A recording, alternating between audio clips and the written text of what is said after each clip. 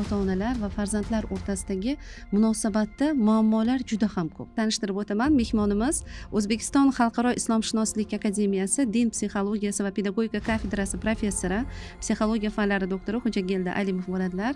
Ming yillar davomida ota-bobolarimiz tomonidan ishlab chiqilgan normalarga qarshi bo'lgan yoki normalarga zid bo'lgan turli-tuman Yevropa standartlari kirib kelyapti. Ona gapirayotganda qiz eshitmayapti onani, qiz gapirayotganda ona eshitmayapti. Ya'ni ona bola o'rtasidagi oddiy shu emotsional hissiy bog'liqlikning yo'qligi. Shikoyat shunaqaki, men o'zimni farzandimni tarbiya qilishimga qaynonam yo'l bermagan.